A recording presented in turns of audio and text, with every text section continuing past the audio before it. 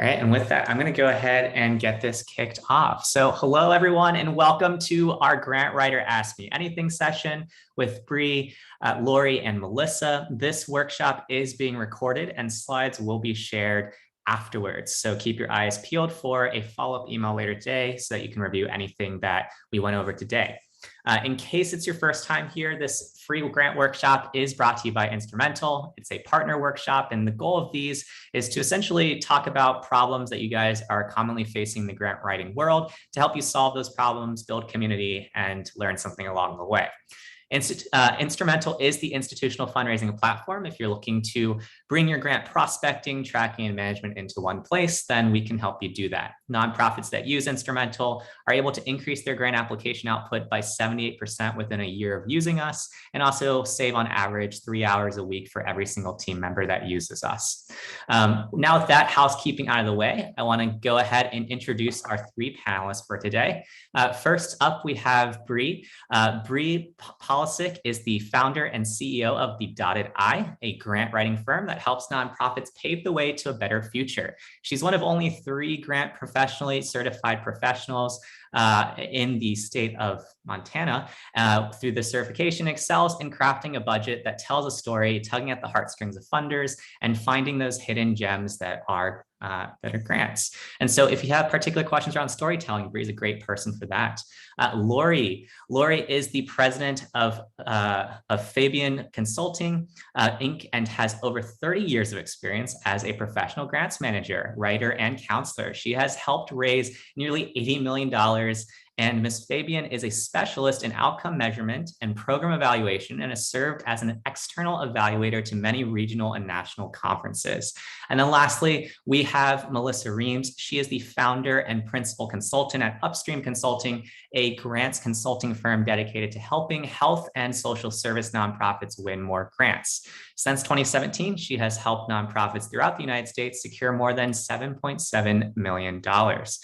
Today, we ask that if you have any questions for folks along the way, that you use our standard model of 3 pound signs in front of your question. We are going to be splitting up today's agenda into 4 blocks of questions. We have some preset questions and then also some questions that you guys fed in. But just to get us kicked off first, Bree, Lori, and Melissa, why don't we start with an introduction to everyone in the audience as to you guys just sharing a little bit more about your grant experiences and grant writing. And then for folks in the audience, if you aren't already joining in, there's tons of folks writing in as to where they're coming in from, what organization they're part of, as well as some other of the questions on the screen. Thanks, Will. Hi, I'm Breanna. As he mentioned, I go by Bree, and I founded the Dotted I in 2014 to serve nonprofits, helping them find the right grants, the right fitting grants for them, and secure funding to reach their mission and goals. I started out in 2008 as a grant writer for municipalities and tribal entities, and I worked a lot on multi-million-dollar projects for water and wastewater. And I just have a ton of experience when it comes to all different types of grants, whether it's federal or all the way down to the very small LOIs when it is for a foundation. So I'm just really excited to be here with this panel of amazing women and just to answer all of your questions.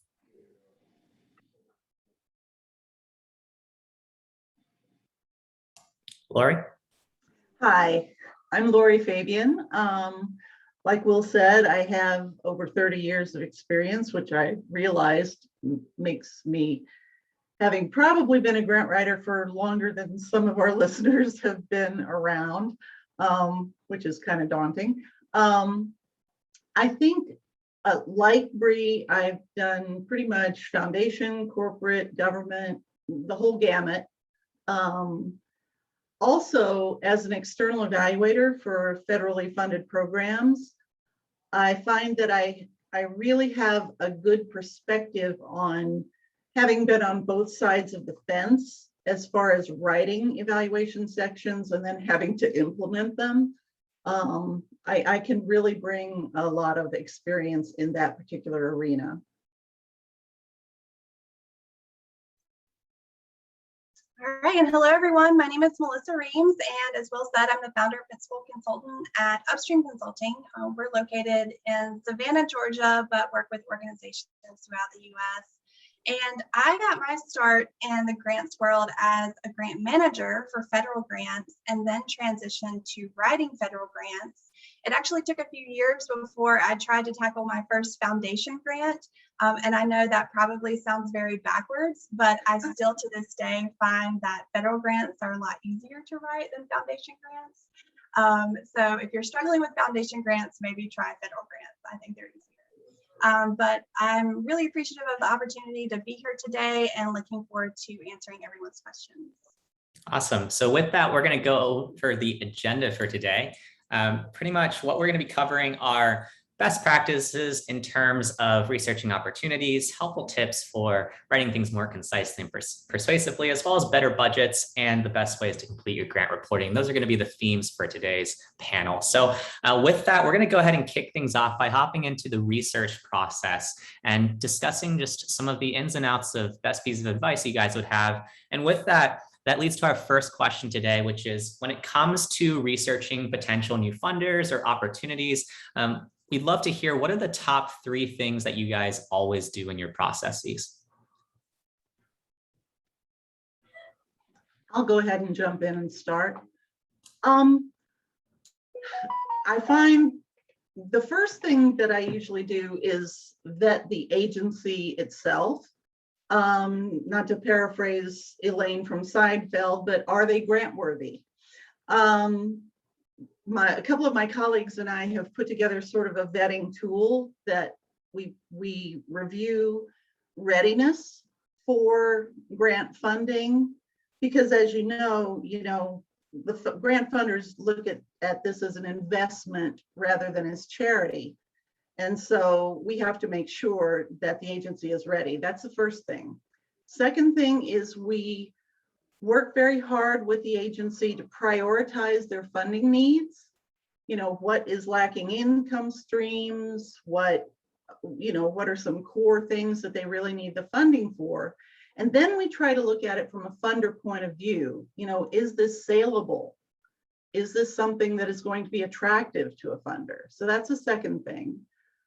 Third thing is we look around to see who in the agency or associated with the agency might be able to advocate with funders for these particular projects. And once we get those 3 things down, then we're ready to find our keywords, go to Instrumentl or whatever other databases might be available. I do like Instrumentl. I find that it really cuts a lot of the legwork and time. And then we're ready to really launch into our research.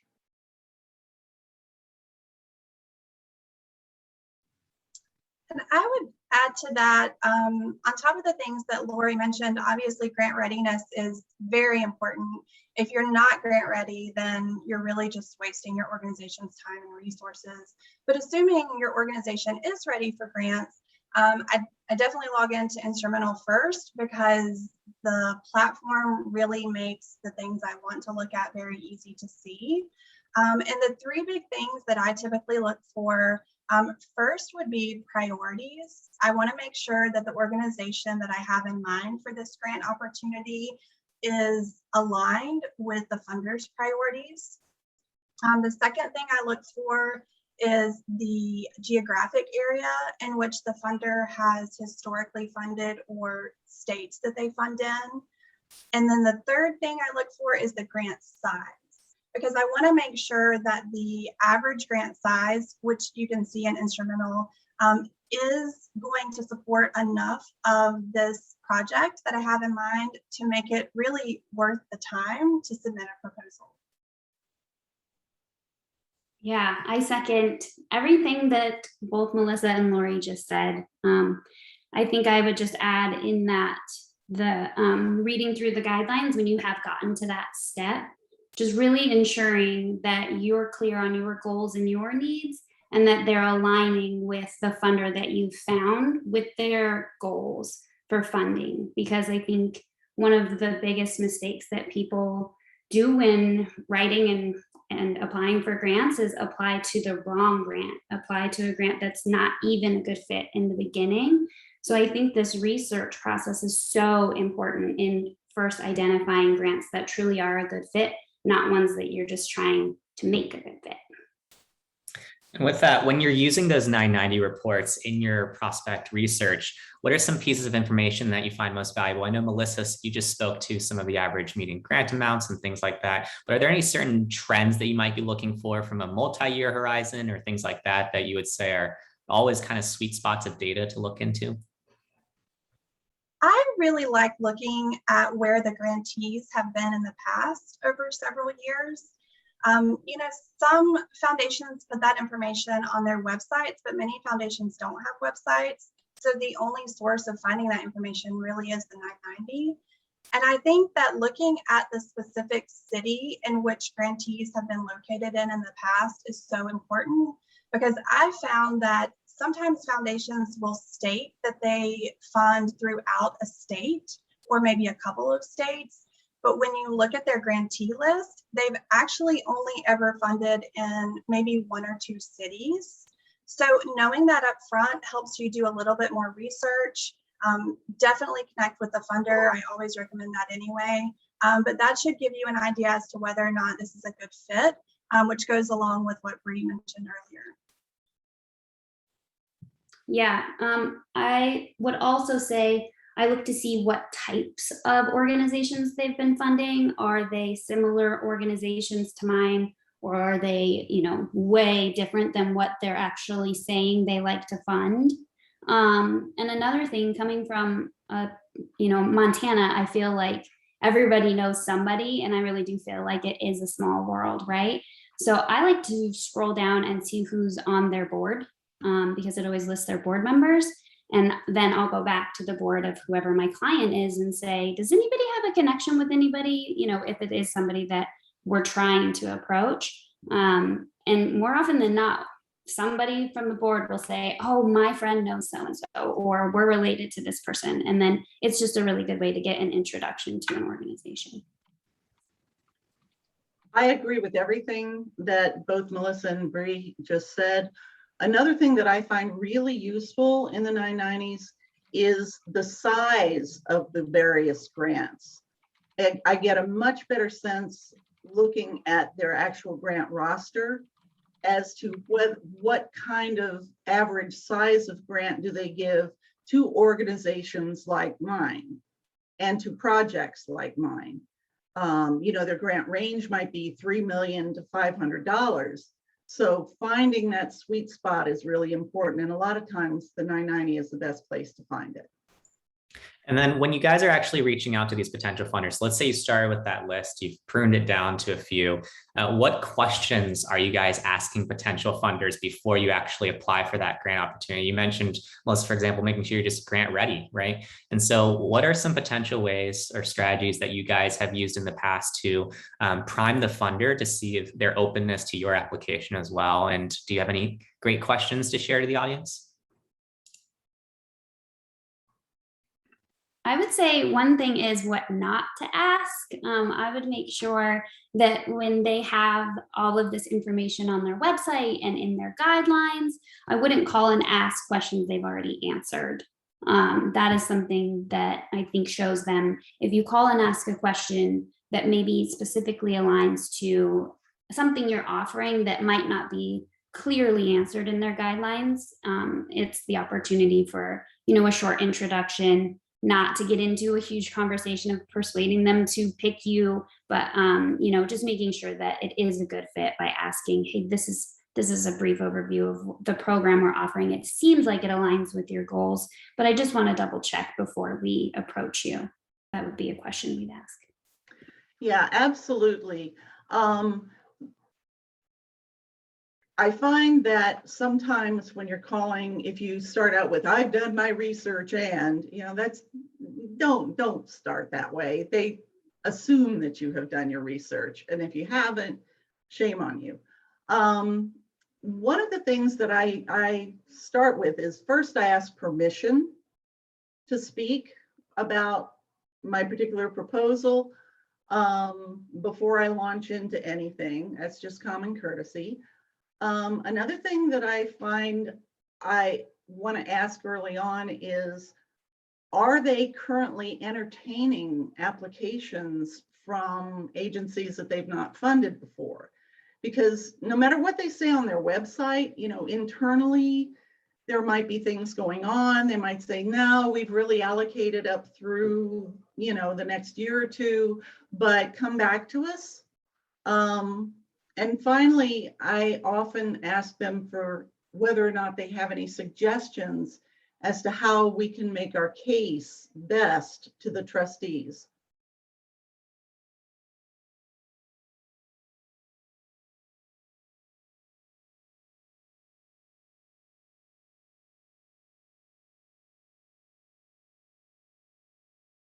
Melissa, did you want to add anything there? I think we covered it all. I definitely agree with Bree's point, though, about asking if the organization or the program that you're thinking about proposing will help further the funders' goals. I think it's important to keep in mind that these funders have goals and priorities, and they want to be able to leverage the money they have in order to make a difference in the communities they care about. And you're kind of that vehicle or that potential vehicle to help them do that. So if what you do is not in line with what they're hoping to accomplish, the chances of you being funded are pretty slim. And then we have two related questions that came in during this segment. And so I'm going to try to have both of them answered at the same time before we move on to the next section. The first one is from Samantha, who was asking that she usually doesn't call, but should we always be trying to reach someone on the phone if possible? And then the second separate question also related to research is Jamie is asking, there's a project that received a $1 million grant gift that has been drawn down for a few years, and there's less than 200K left. The last 2 years of the 990 report show an operating deficit. Is it reasonable for the organization to be competitive for grants with a deficit on the 990 report with respect to just preparedness for grants? So again, the first one was in general, do you guys try to get on the phone call of these funders, and then in the second one, it's just related to the actual grant readiness of the organization? I find that funders really vary in their willingness to talk to you. This is where research is really important, because once you've gone through Instrumentl and you've identified your roster, check the website. Sometimes they will tell you that they don't want you to call. But if they appear to be open to it, yeah, I think it's always a good idea to make a pitch. As for the deficit question, my thought is that if you've got a plan in place to overcome that deficit, and you can articulate that, and if the rest of your proposal is very much in alignment and very strong, then I think that you do have a possibility of overcoming that issue.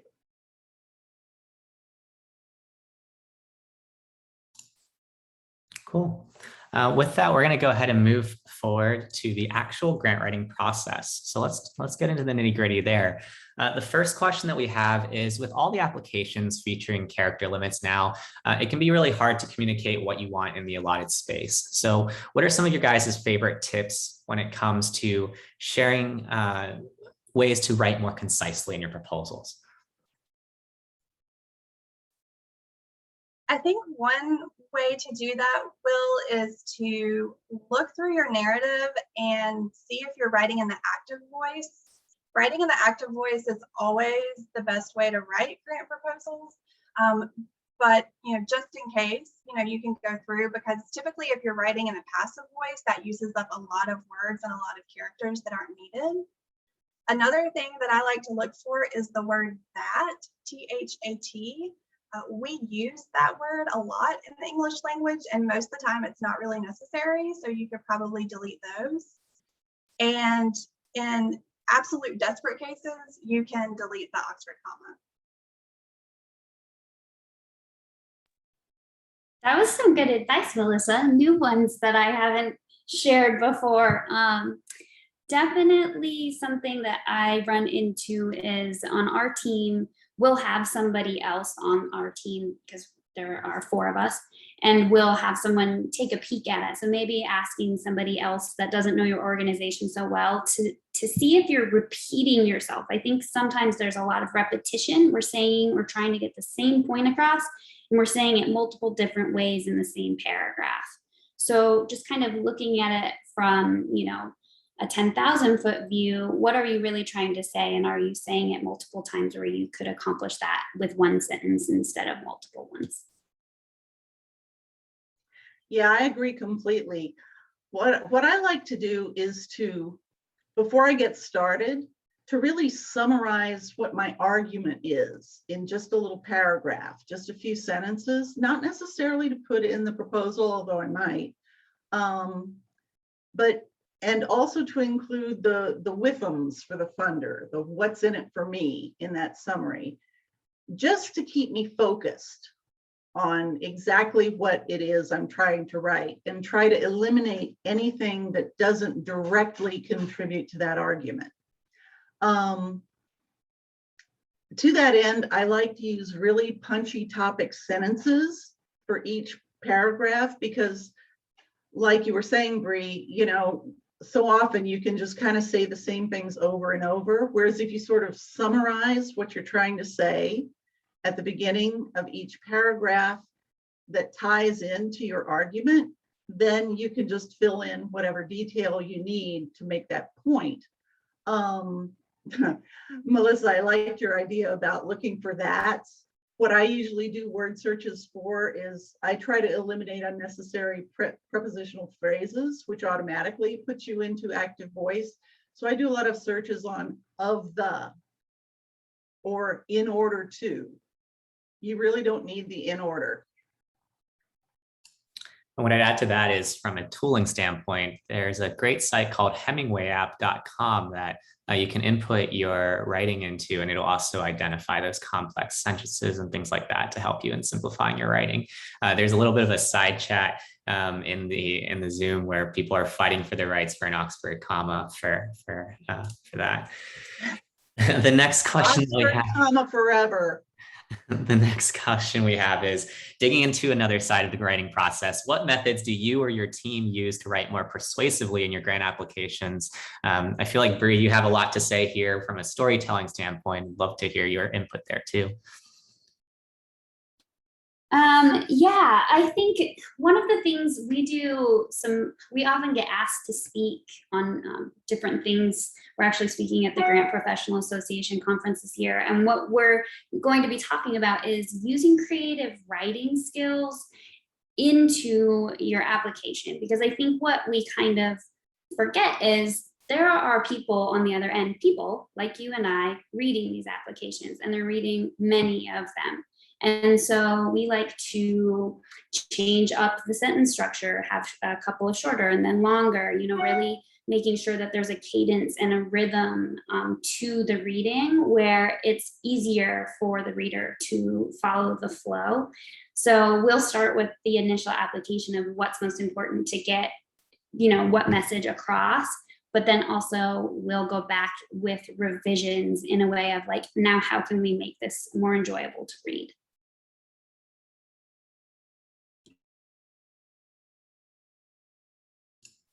Awesome. Lori and Melissa, do you guys have other things to add in terms of the persuasiveness point? Well, I think the ancient principles of rhetoric, really provide a framework. The tenets are invention, arrangement. How do you arrange things? Well, invention first, what is your topic? What do you bring to the table? Arrangement, how are you going to order it? Style, that's the big one that I think, Bree, you were really hitting on a lot. Content knowledge and delivery, you have to pay attention to all of those things. But I think style is where a lot of people really get tripped up, because on the one hand, some grant writers tend to hew to just the facts, and it ends up being very dry, very hard to read. Others tend to rely too much on emotion and end up being fluffy. and putting in way too many words. So I think you've got to really be careful with style. You want to make things easy for the reader so that they really understand what you're trying to say, but you also don't want them dozing off. So you've got to really pay attention to style, and always, always, always keep the funder's point of view in your writing. Keep their whiffums in mind.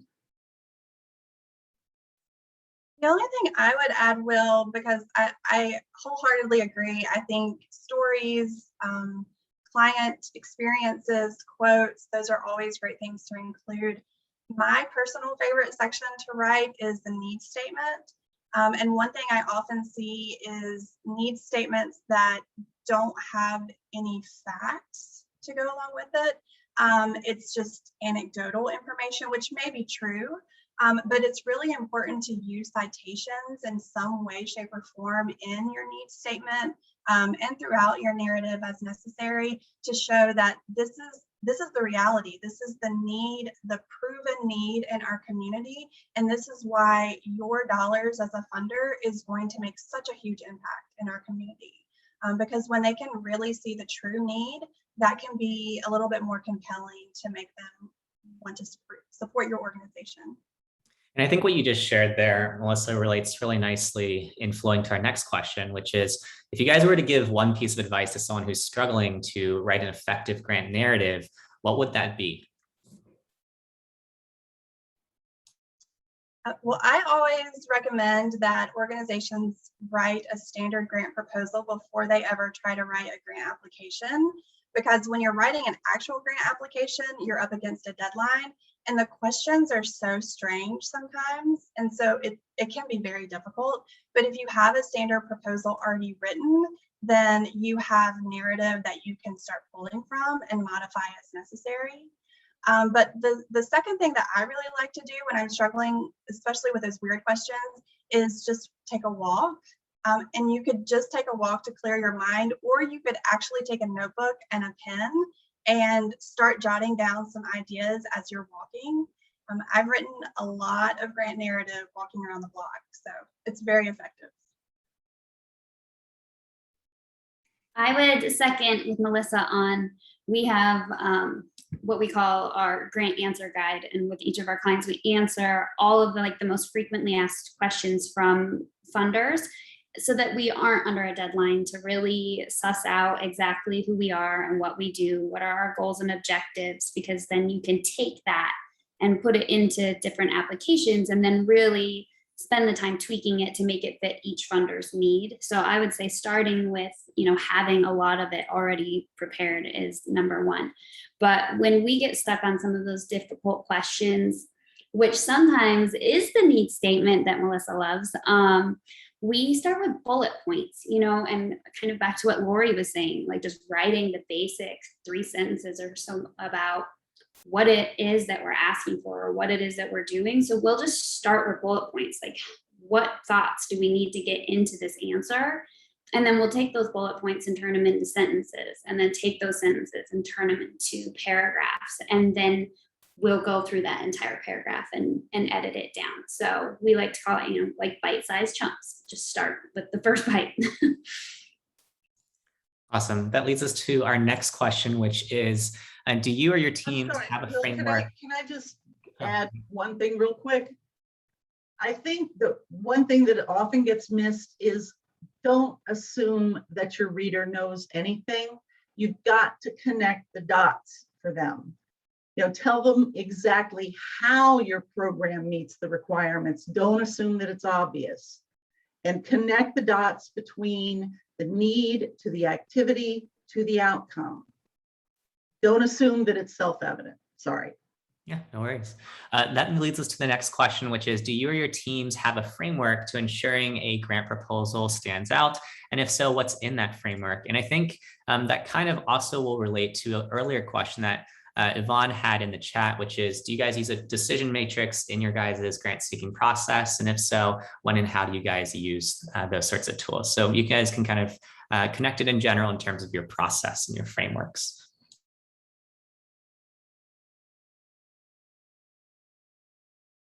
Well, I'll jump in. My team and I developed a template over the years that includes pretty much every question that we've encountered over the last 30 years from various funders. And we've divided it into sections, need, activities, et cetera, et cetera. Whenever we write a proposal, of course, we will answer the questions that the funder actually asks, but we also know that there's a lot of questions that they really want to know, but they don't ask. So if there's room, we try to head those off at the pass using our little template.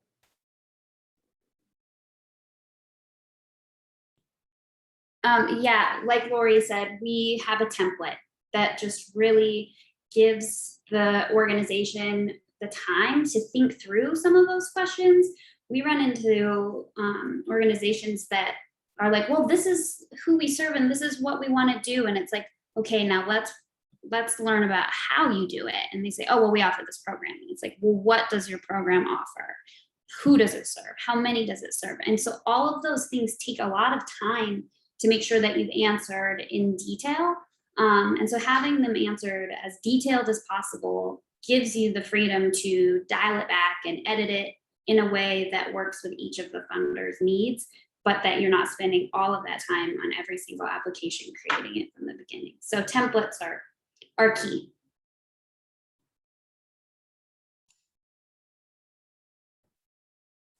Cool. With that, we're going to move on to budgets. So let's talk about some things related to budgets. The first question that we have for today is, people often struggle in creating budgets when grant timelines don't fit well with a nonprofit's fiscal year. So how do you guys account for that when you guys are budgeting for your proposals?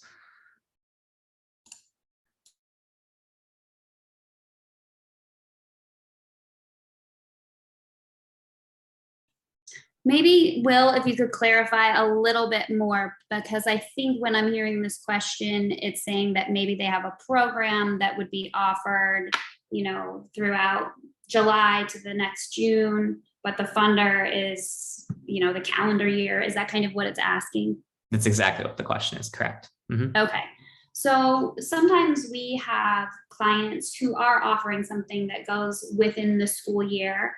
And the funder, when we figure out what component we're going to be asking them for, we may ask, let's say, for quarters 1 and 2 of the school year for the funding from that funder, and just letting them know that we would have, our budgeted amount from them completed by the end of their fiscal year if necessary.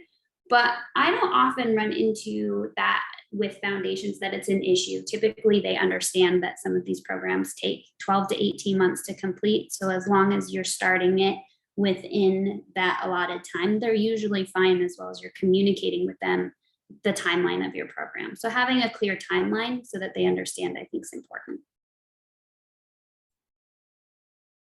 Yes, and I agree with everything Bree said. And also, I think if you have budgets to start with, then that will make it much easier. And that may sound very oversimplified, but I have found that many organizations have an overall organization budget, but they oftentimes have not taken the time to create budgets that are specific for their programs and services. And that is where I think a lot of the struggle comes in. So I always recommend that once you have that board approved organization budget, sit down and figure out what those programs and services cost. And then once you have an annual budget that covers all of your expenses and your planned revenues for that specific program or service, it should be relatively easy to adjust it as necessary across multiple fiscal years for your organization. Yeah, I agree with everything that both Bree and Melissa just said. One of the things that I've discovered is that a lot of program budgets that the agency use really aren't structured in sort of a way that will be a persuasive document. So a lot of times you have to work with both the fiscal people and the program people to put a budget in such a format that it's going to appeal to a funder. So getting all of that done ahead of time is a very, very valuable thing to do. You'll have to adjust it, obviously, for the time periods for grant periods for each individual funder. But if you know basically for your fiscal year what all these line items really are for the program, then I think you're way ahead of the game. The next question we have is, when there are multiple moving pieces, how do you guys decide how much budget to allocate to each part? I know this is a common question we've received over time related to budgets here. Can you clarify a little bit by what you mean about the moving pieces? Sure. So if, for example, you are submitting a proposal for several different, it spans over multiple programs of yours or initiatives. Oftentimes people have been asking, what should I put in my proposal for each respective program or initiative? Or how do I piece together what to put towards general operating versus another side of the proposal? So another way that this question has been asked today specifically is, Jamie asked earlier, when preparing a budget for an organization, should the budget show an ideal situation with a lot of grant earned revenue in the budget plan, or only include what's been historically raised? So these sorts of questions are top of mind for folks in terms of just like, should we be budgeting things based off what we have, what we plan to have? And yeah, where do we go from here in terms of all these moving pieces?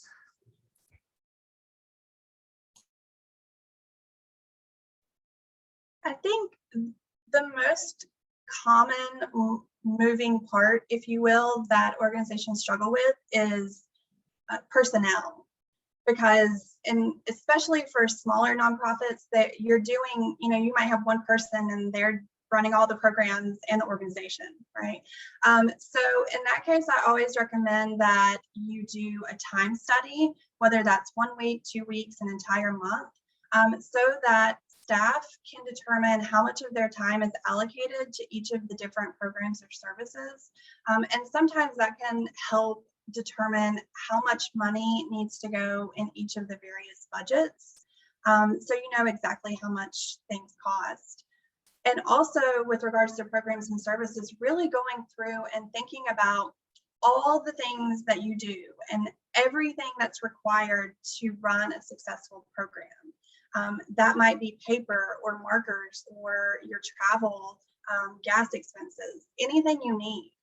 Because oftentimes you might think, oh, well, we already have this in-house. Like we have reams of paper, so this isn't an expense, but it is still an expense. So just sitting down with your program folks and really being clear about everything it takes for a successful program. I kind of look at this question, Will, I guess my perspective on this would be just from experience working with large projects that cost millions of dollars. And so you're bringing in multiple funders. And so that's the way that I'm looking at this is, I think that in order to break down a budget, I would need to look at, okay, which of these funders, have signified that they will pay general operating? We're going to approach these 3 funders for all of our personnel. And which of these funders really like to do any sort of infrastructure or improvements? Okay, now these are the ones for this piece. And then these are the ones that are going to be for the program, and identifying based on what the funder wants to fund, and then mapping out who we're approaching for how much, and, lining them out alongside our budget to see, okay, are all of these going to add up, or where is that gap? And how are we going to close the gap between the grant funders we're approaching, knowing we may not get all of them, and then where is that funding coming from? So I think it really is just kind of pulling out the pieces for that. But that's kind of how I looked at it. I'm sure it's probably meant differently. In terms of the final question to wrap up the budget section, so just lightning round, what's a common mistake when you see nonprofit organizations or grant makers often make when it comes to crafting their budgets? For me, not realizing that a proposal budget has to be a persuasive document. It's not just about the numbers, it's about showing that you have the capacity to produce the desired outcomes of the proposal. Yeah, I agree with Lori. Budgets are actually my favorite part of the grant. I like to start with the budget and then write the story after I have the budget in place. So for me, I feel like a funder should be able to pick up your budget and understand all of the components of your organization without even reading the compelling narrative. So I feel like a common mistake I see is organizations that don't have clear titles for expenses and revenue, or the use of terms like miscellaneous income and it's in the thousands. Like, where is that coming from? Tell the funder, is that sustainable? Is that going to be every year that you're getting thousands of miscellaneous income? So I think being concise and clear with the funder and realistic about the numbers. And one more thing that I would suggest is, I feel like a good snapshot of your programs and any growth is to make sure that you've included side by side a column that is the most recent completed year along with your projected numbers for the year that you're in, so that people can see, oh yes, this is realistic. These numbers are realistic. And then having a column where you could explain, oh my gosh, this jumped $40,000, but the reason is, adding an additional program with staff. But I do envision that people often just try to get some numbers on paper with not very clear picture of what they're doing. Well, like I mentioned earlier, Will, I think that a common mistake is not including all of the expenses that it truly takes to run a successful program or service. I think organization budgets are typically pretty comprehensive, but less so with programs and services. I think for budgets that are being created to go into a grant application, the most common mistake I see is that the budget does not align with the narrative.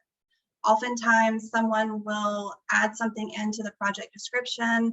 Let's say, well, we're going to advertise this program on a billboard, but there are no associated expenses in your budget to pay for a billboard. So that really raises some questions for the funder as to how this is going to be paid for, and if that billboard is necessary, is this program going to be successful if I fund it? Awesome. With that, we're going to move into the grant management and reporting side of things.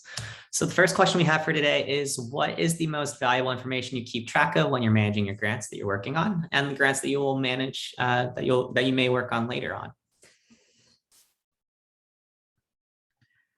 Well, for me, it's the two biggest things are, first, the fiscal expenditures according to the proposal budget, because as we were just saying, the expenditures might not neatly line up in the proposal and the internal budget that your accounting people use. So you have to make sure that that they're tracking the line items the way that the funder is expecting to see it.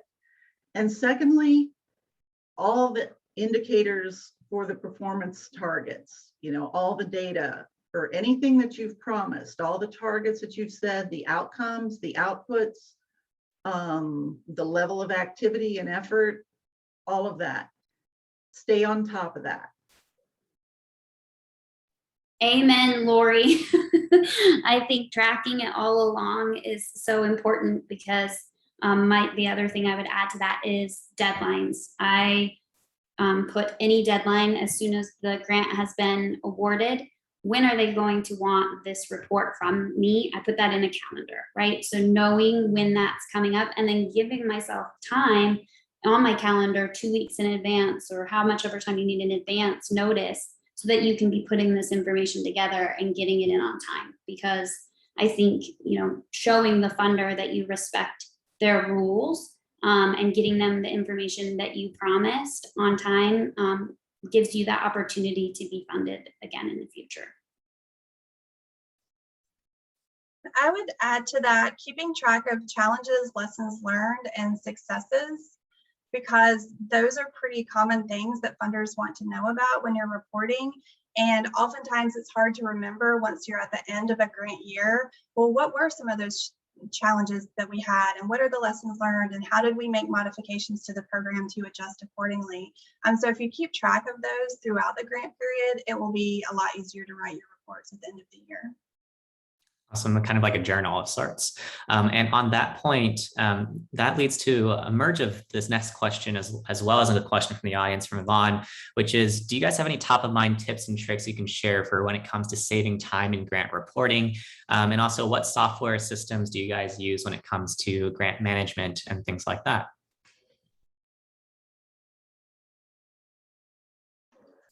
Well, top of mind, for both my grant clients and my evaluation clients, I monitor those performance targets and expenditures monthly with the client. With the evaluation clients, I'm not as involved with the fiscal side, but with my grant management clients, we definitely are. So we try to talk through that in a conference call once a month, because that way we can see if there's any course corrections that need to be taken, so that they're prepared well in advance of the quarterly or 6-month or 12-month reports that are happening.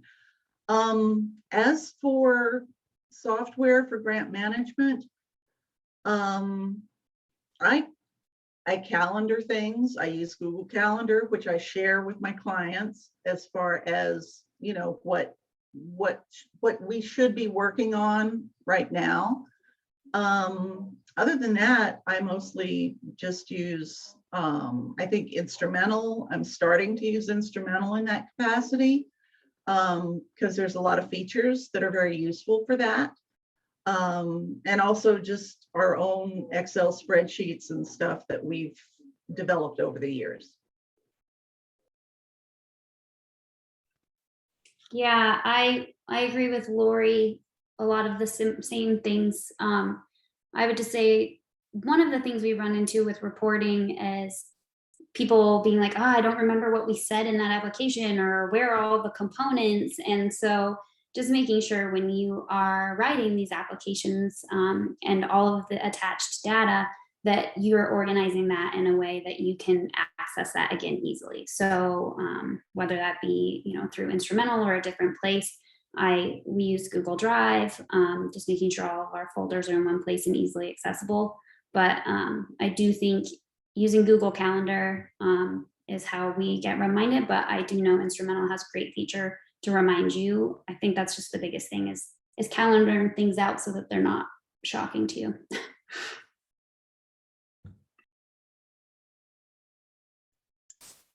Going back to what Lori said earlier, as far as outputs and outcomes, spoken like a true evaluator, revisiting that grant proposal as soon as the award letter comes in, definitely take time to celebrate, but then make sure you revisit what you said you were going to do and the outputs you expected to have, as well as any objectives you plan to meet.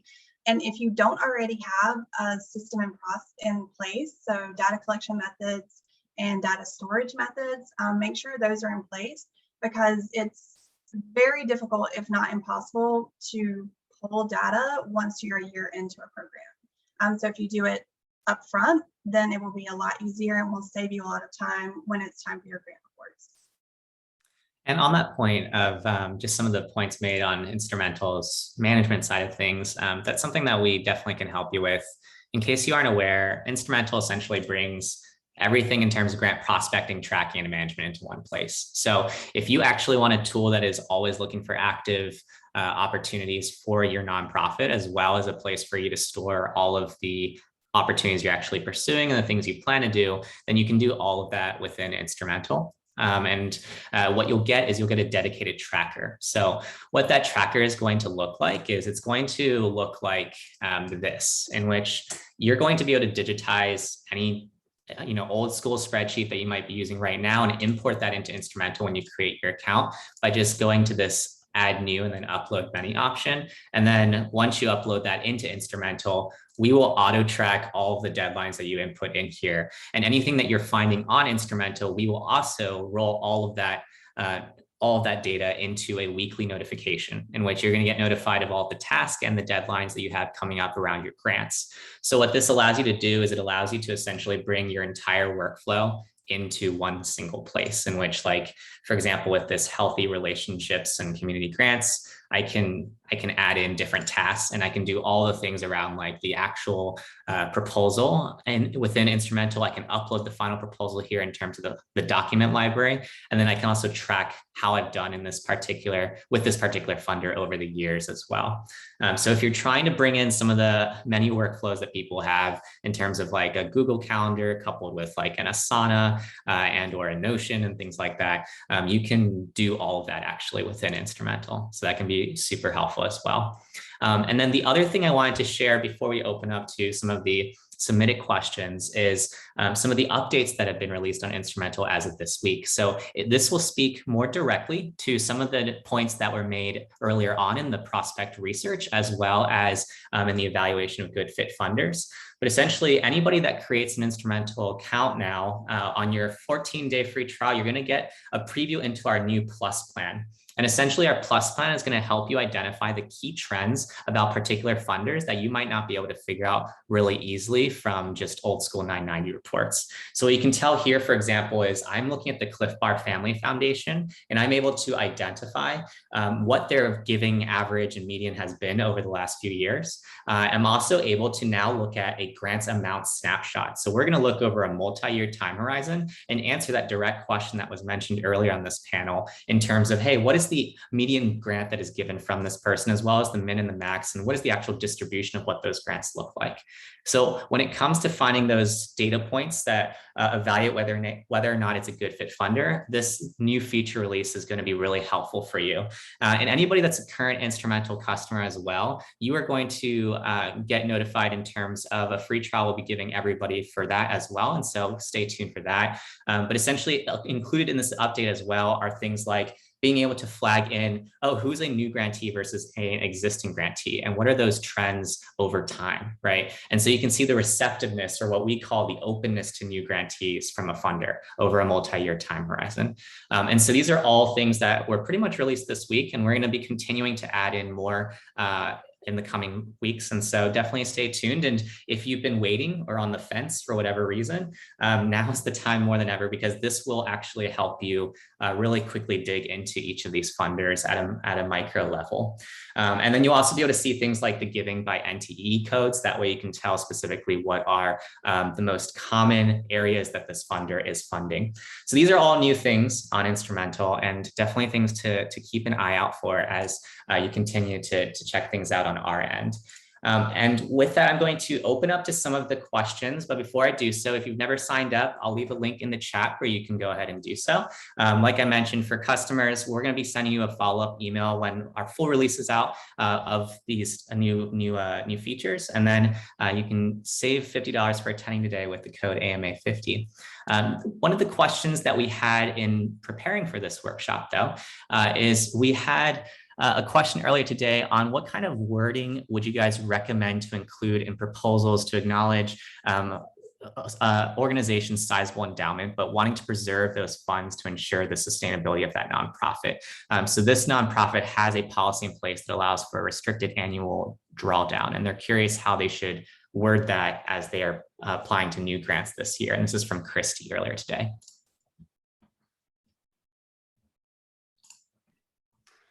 We have a client that has a really large endowment and they are only allowed to pull X dollars every year.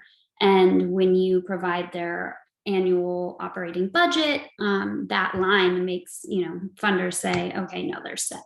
So we always like to include a budget justification sheet whenever possible that just explains, hey, or in the budget that we create has this column called budget justification on the side. And, that piece right there, we would describe like we absolutely are not able to pull more than X funding per year towards our programming. So we are required to make up that, deficit with additional fundraising methods, just to show like we're sustainable, but we also still have to continue to fundraise. We're not set.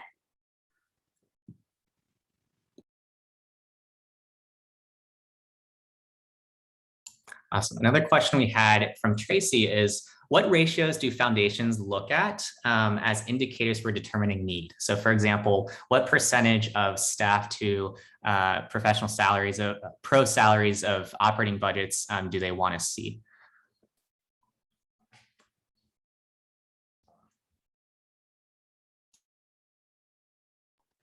I'm not sure I understand the question. I think they're looking for whether or not you guys have some sort of heuristic as to what foundations have previously looked for when they are evaluating candidates and prioritizing which applications to fund and which ones to potentially pass on in that particular funding cycle. So it seems like they have some sort of I don't know, shortcut of sorts that they have been looking at of a percentage of like staff to their overall operating budget. And so they're curious if you guys have any similar heuristics that you might know of. Are you talking about like general and administrative and fundraising percent? I think so. Yeah, that's how I would those interpret this lines? question from Tracy. Yeah. Well, there's actually been kind of a change over the last several years. There's been sort of an evolution.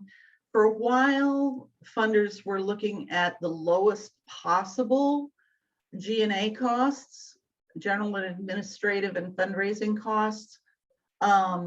And they wanted to see, most of the funding go towards programming, actual programming, which includes the staff to provide that programming. That's why I had some confusion there when you were talking about staffing.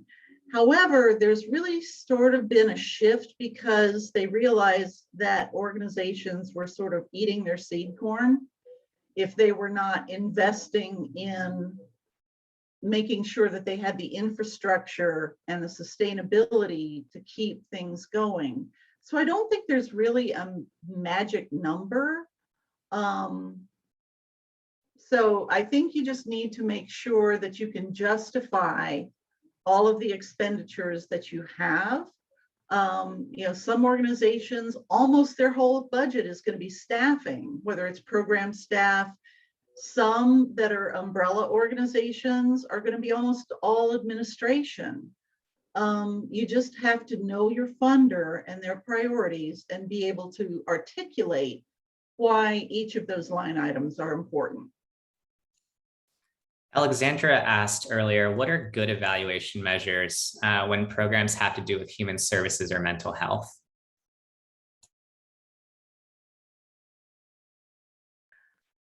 I do whole workshops on that. If I'll at the end, I'll be happy to share my email address and I'd be happy to speak to that in more detail because it's a big subject. All right. And then another question that was asked today is in terms of government agencies. So with government agencies walking, I'm going to try to decipher this question. What is so in general, the question from Alexandra was, what is the career outlook for freelance grant writers or independent contractors?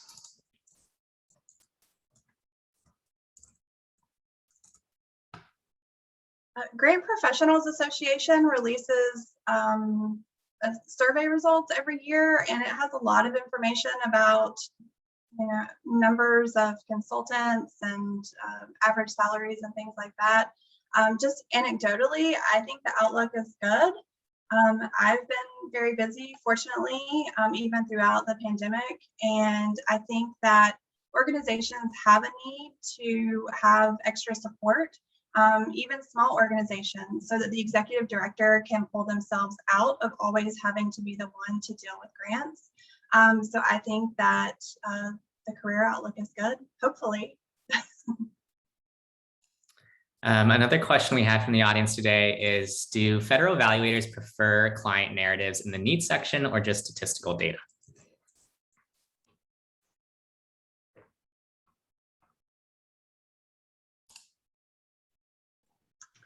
I think it depends on the reviewer. I think that obviously with federal grants, they're going to be a little drier, but anytime you can make it readable, that's important. Like we spoke about earlier, there is a human being that is reading your proposal. And so you want to make sure that it's enjoyable, engaging, and answers all of the questions and provides the details that the application requires. Yeah, I tend to agree with Melissa. I do a lot of federal work. I do find that you need to be compelling and you need to have a lot of data to demonstrate that there's a need, because more so than with most foundation grants, they're going to be sitting there with a rubric, with a checkbox. They also have access to all sorts of federal data around the subject. So they're going to want you to show local data that shows that you understand the issue on a micro level. They know it from a macro level. They want to know that you know it on your local level as deeply as they know it on theirs. And I just want to give a heads up for folks in case folks need to head out. We are at the top of the hour. We will go over a little bit more since we have a lot of questions to work our way through.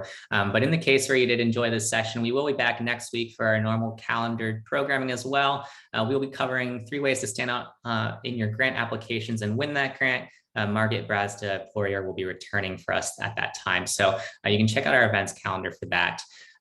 Innocent and Karen, two questions that were asked before the session started and submitted in the form. It asked, why are grants so difficult to get for new NGOs?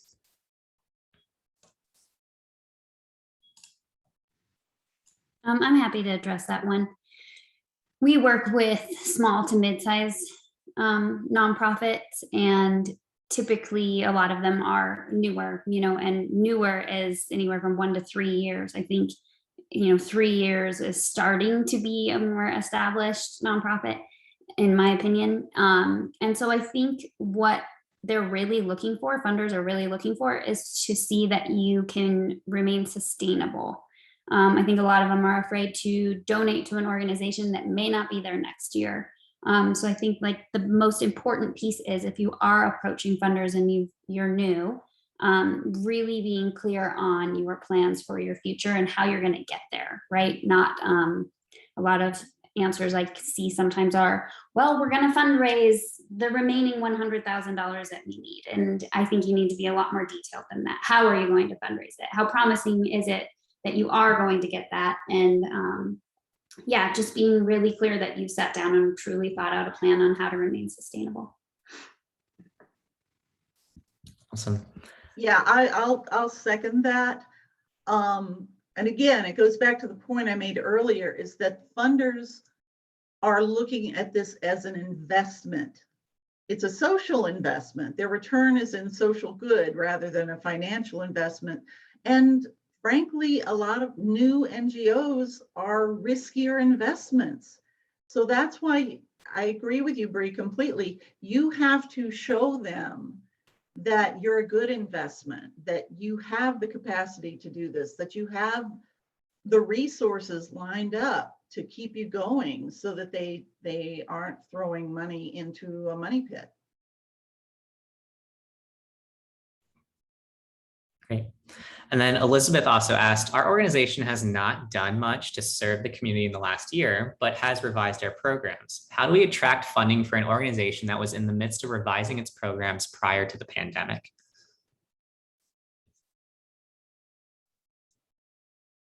I think you're probably in the same boat as most people.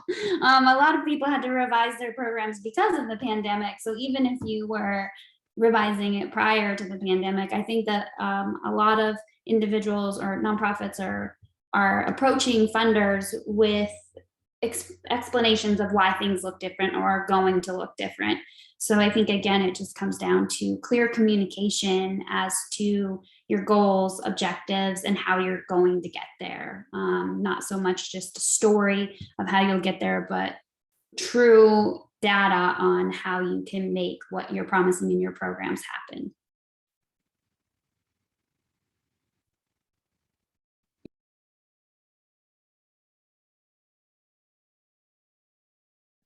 Awesome. Another question that we had was, other than researching past giving to similar organizations in the 990 reports, are there any tips to know when it comes to how much funding to request for a first-time grant with a funder?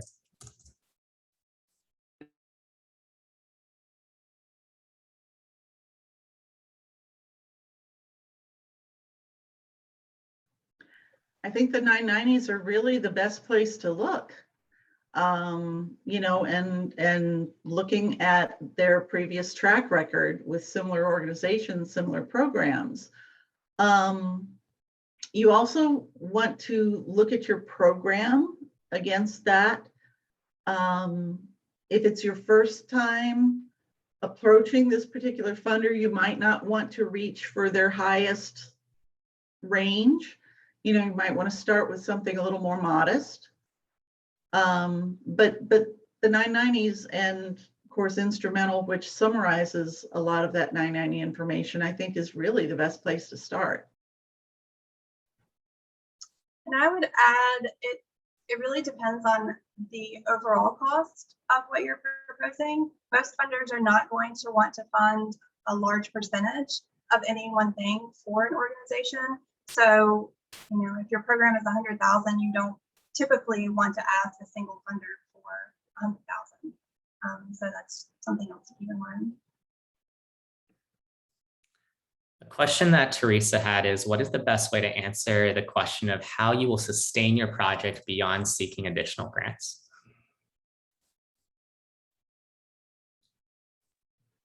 Well, one thing I find is that a lot of funders, it's like a stool, you know, the more legs you have to stand on, the steadier you're going to be. So I think one of the things that you might want to try to demonstrate, or if you don't have in place to try to develop, is to show that you have multiple income streams and that you're not reliant for more than, you know, like 30% on any one of those income streams. For me, I find that that's the most critical part of sustainability. I think also considering other ways that your program might be sustained. We typically think about funding primarily because we're completing a grant application, but there are lots of ways you can sustain a program. You can secure additional volunteers to help you run the program. You can partner with other agencies and do a train the trainer model so that other agencies can help support implementation of your program. So sometimes, you know, the answer might not only be funding, it might also be other capacity building opportunities that you have.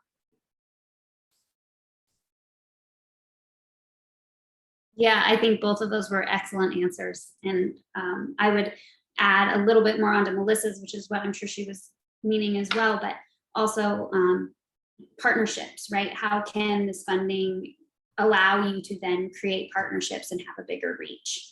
A lot of funders like to see how that will also help sustain the program. Alicia from Feeding Georgia GA Families asked before the workshop, how do we best show or explain partnerships that expand our service reach and number served?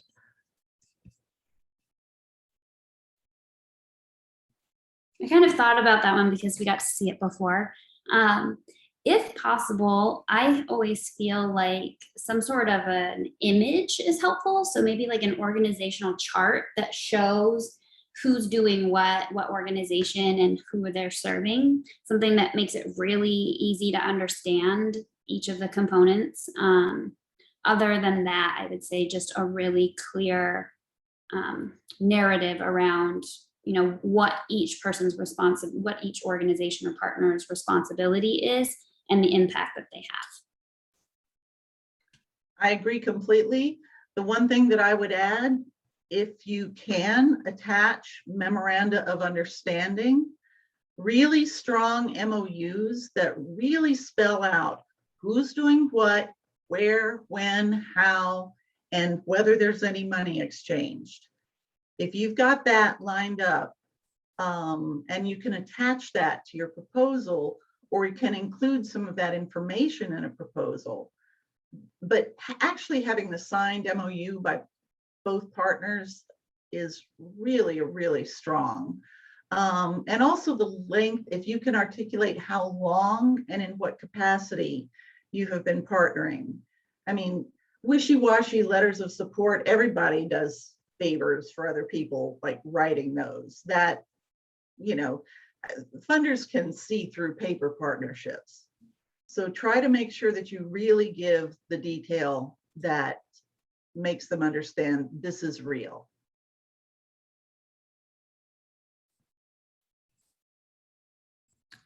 Great. Julie had a pretty comprehensive question with some background context. I'll read the background context and I'll isolate the question for you guys. The question is, one of the organizations I work with raises funds for other conservation organizations through events and campaigns. Very few funders donate to events, even when the funds pass through to our outstanding beneficiaries. It's also difficult to specify particular programs and what is achieved other than the event itself, as we don't normally restrict the donations to our beneficiary organizations and certainly don't want to speak for them directly to funders. Here's the question. Do you guys have suggestions as to how to reach the right funders and or how to communicate correctly in order to tap into resources?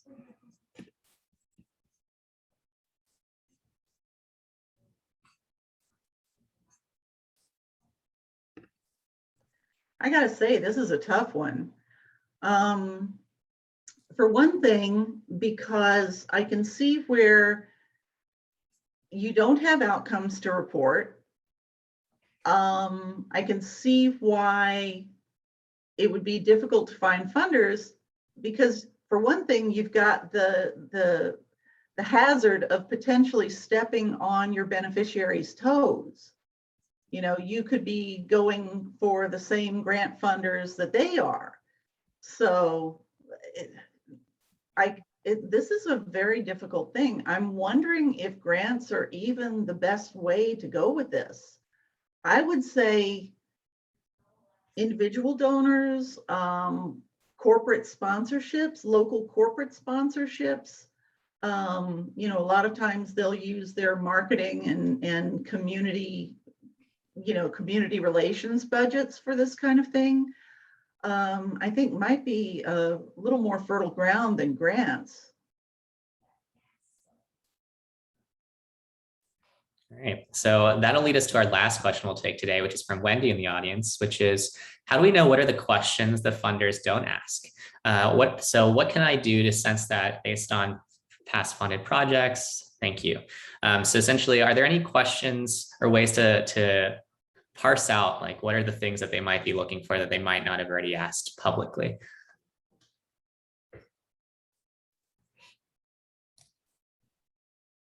If they have a website, especially if they have any social media accounts, you may be able to get more insight as to what they really care about, just by looking at the articles they share or how they message around the grantees that they've supported in the past.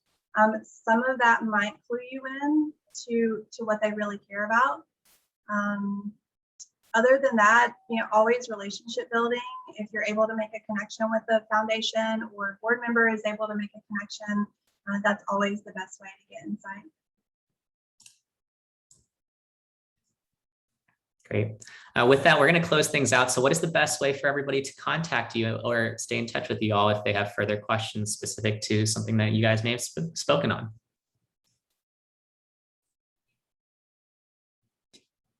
My website, the Dotted I, it is dottedifundraising.com. And it's I, just the little letter I, like you're dotting your I's, crossing your T's. But that has a place where you can either email me or where you can schedule a free call with me. And I'll provide Eve, I'll put it in the chat so that you guys have that link. But I'm happy to take 30-minute calls with people to just answer more specific questions that you might have around grant writing. Happy to help however I can. My best way to reach me is by email, Fabian, Lori, you know, first initial, last name, at fabianconsultinginc.com. My website is www.fabianconsultinginc.com. It's got more information. And like Bree, you know, I would be more than happy to share any of my templates. Just email me or to schedule a half-hour call at no charge. I will also put my contact information in the chat. We'll also be sending the contact information in the follow-up for reference for everybody as well. Thanks, Will. I added mine to the chat as well. It's mreams@upstream.consulting. The website's just upstream.consulting.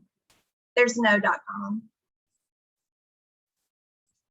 Awesome. So with that, we're going to wrap up today's session. Thanks so much to our presenters today, Bree, Lori, and Melissa, for their insight and expertise.